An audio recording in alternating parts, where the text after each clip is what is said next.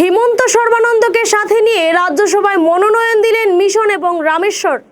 প্রত্যাশা মতোই আজ রাজ্যসভার সদস্য নির্বাচনের জন্য মনোনয়ন দাখিল করেন বিজেপি মনোনীত দুই প্রার্থী মিশন রঞ্জন দাস ও রামেশ্বর তেলী।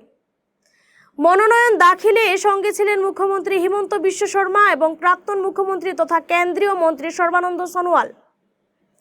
এছাড়াও ছিলেন প্রদেশ বিজেপি সভাপতি ভবেশ কলিতা, মন্ত্রী অতুল বোরা সহ অন্যান্যরা।